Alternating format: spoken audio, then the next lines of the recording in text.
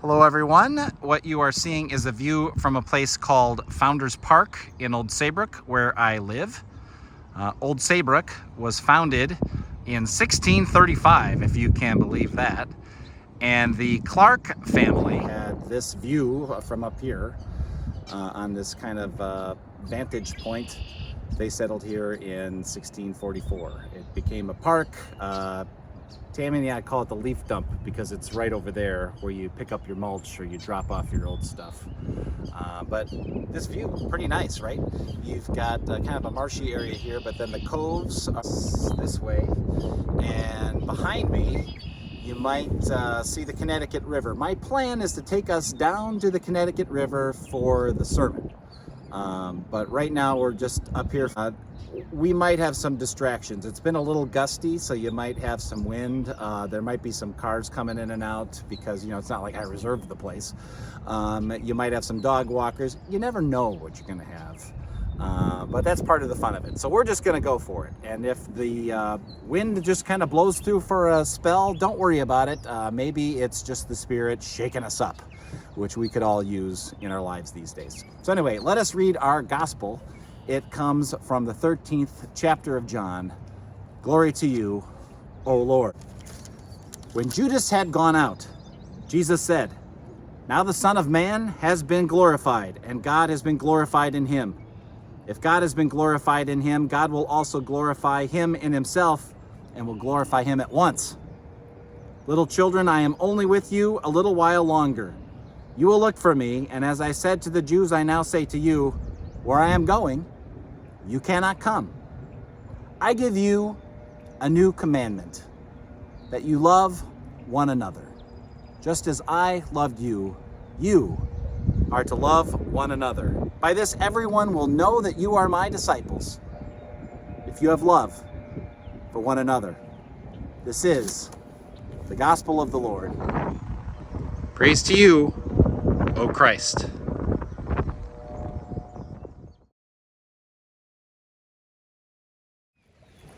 Well, grace and peace to you on this day from the beautiful Connecticut River. I tried to do this outside, but it was so windy. All you heard was whack, so that's not really any fun. So I thought maybe if I did it from my son's car, it would be a little bit better as far as the wind is concerned. But I did want to show you that behind me here is the Connecticut River. We'll come back to why I'm at the Connecticut River in a moment. Where I am is Saybrook Point here in Old Saybrook. On the other side, if you can see the land over here, that is Old Lyme. And this Connecticut River will meet the Long Island Sound over there. So that's where we are. Where are we in today's gospel reading? Well, we've moved off of the Easter stories now, as we did last week, and we're in kind of a little sandwich between two really important things that happen in John and in the gospel in general. We find ourselves in the upper room with the disciples. In Matthew, Mark, and Luke, when we find ourselves in the upper room, Jesus is going to share with him the Last Supper. But here in John, he does something totally different, and that is he gets down on his hands and knees, puts a towel around his waist, and washes their feet.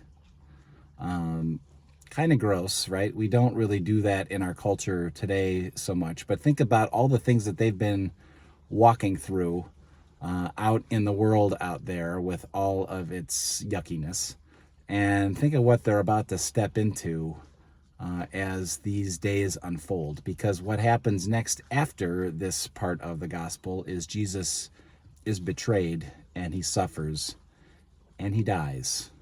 But right in the midst of this, we have these words, this teaching from Jesus. But we're reading it in Easter. So we have a little bit of a Easter promise, an Easter command. It's both accusatory and it's freeing. It's also death and it's resurrection. It gives us life, but it's going to cost us something, as Bonhoeffer is used to saying, that salvation might be free, but if you're going to follow Jesus, it's going to cost you your life. And that's what Jesus is calling us into today. Love one another as I have loved you. This is my command, that you love one another as I have loved you. What does that love look like? It looks like getting down on your hands and knees and getting dirty. It's about being humble. It's about serving others. It's not top-down authority and power. It's bottom-up humility and service. What does that love look like? It's agape love. It's the selfless, sacrificial love of the cross. It's the life-giving, bright, shining love of Easter that enters into your life and to mine.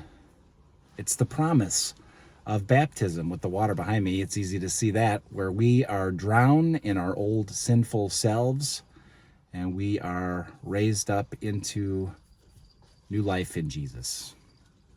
All right, let's talk about why I'm down here at the river. So I'm not with you today, obviously. I'm down here at the river, but the reason I'm here, I had graduation yesterday, if it didn't rain, or right now.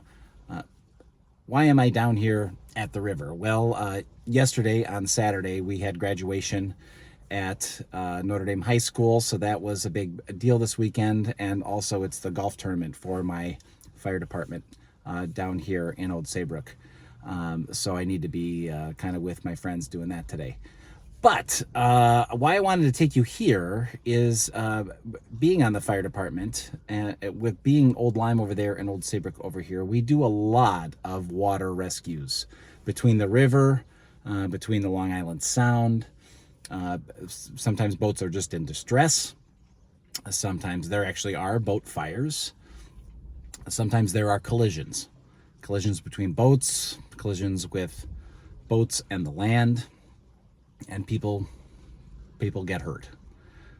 And sometimes people die. We had a pretty nasty one like that last year. So we need to train for it. Just like Jesus inviting us to love one another as he loves us, he's calling us to train for this.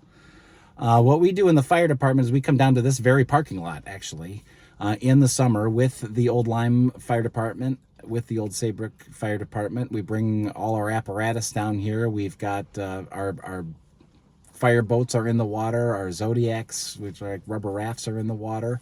The police boat is here. We section this whole part of the river off for a time. We get in our dry suits and we jump in the water.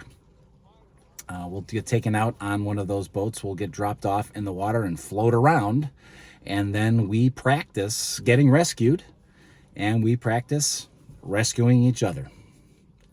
So when the time comes, when the need comes, we are trained up to do it.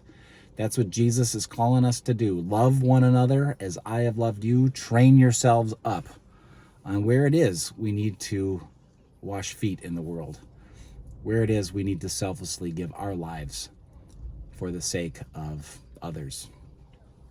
One of my favorite quotes comes from Archbishop Desmond Tutu. He died a number of years ago now, but he was bishop in South Africa during apartheid. He was part of the group of people that formed the Committee on Reconciliation, where people told their stories of being abused horribly and being abusers and horrific things that they had done. And all of this was made public. All of it was made out. And it was, people did receive a judgment, of course, and consequences for those actions. But it was all about trying to bring everybody together so the country could heal, so the country could move on. And one of his great quotes that he used to bring around with him when he would go on a tour and do speeches and presentations, and he wrote a bunch of books. But he says this. He says, yes, we're called to pull people out of the water, but sometimes we need to go upstream to find out why they fell in the first place. That's important. it is important to save people when they need rescuing, to train up on how to do that.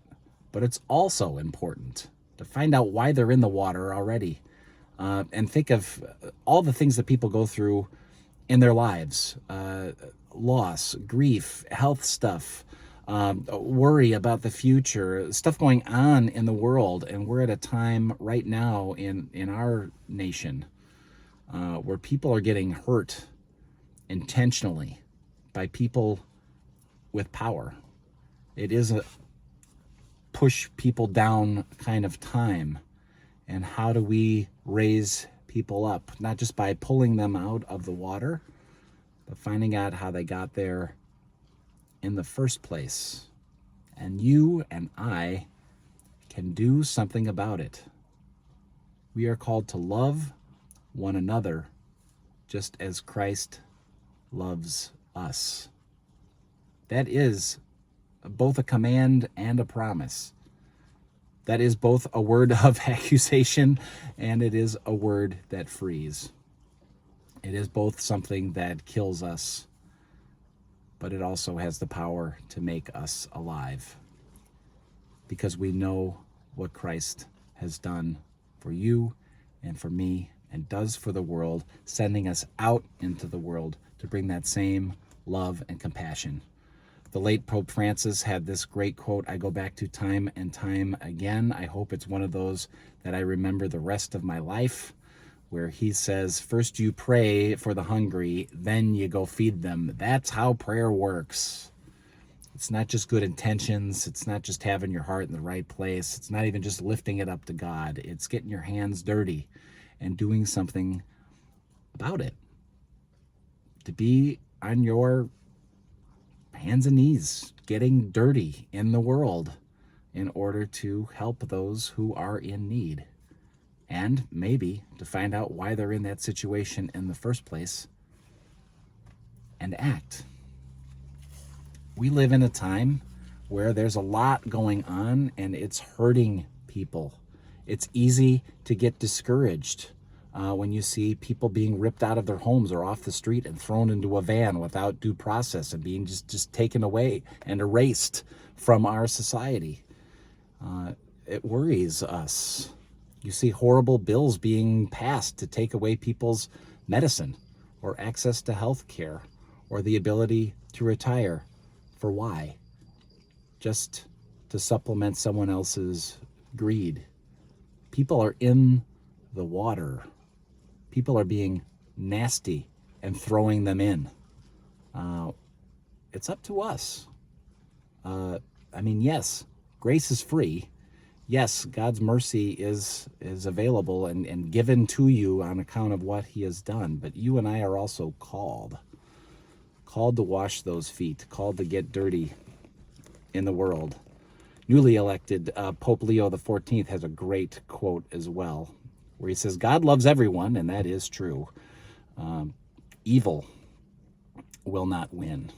We are all in the hands of God. So without fear, united hand in hand, we go forward. We need each other.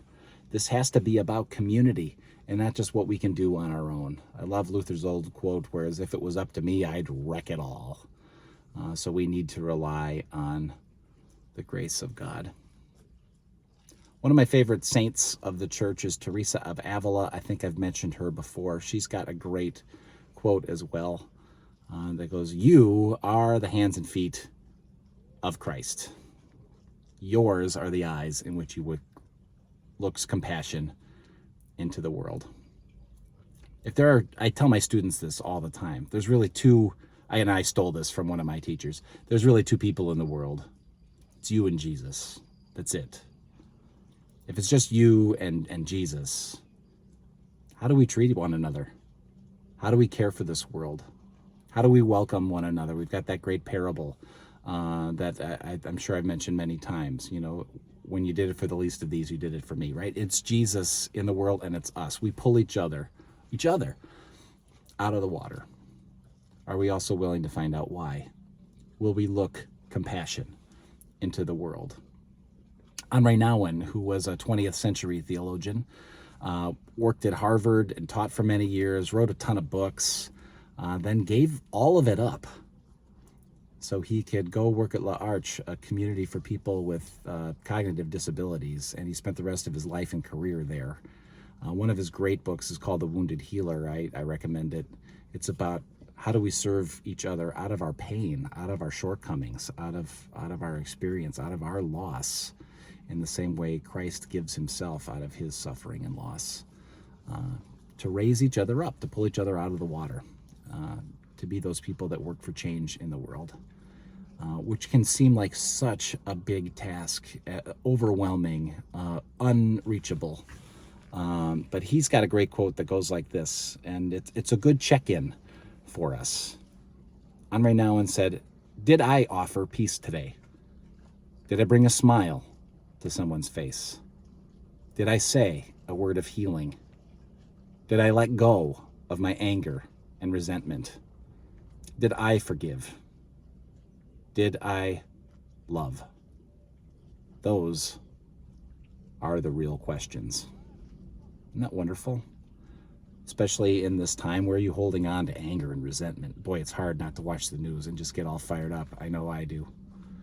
And yet, what do we have is we have this God who comes to us to wash our feet, to wash us clean from sin and despair and doubt and anger and a frustration that wants to act out in horrific ways just because somebody else did it to us first, or to people we care about, or to the innocent, to throw them into the water to drown.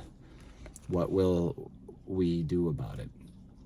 We all have those little moments to act with love and compassion, to be Christ's hands and feet, to be those eyes of compassion,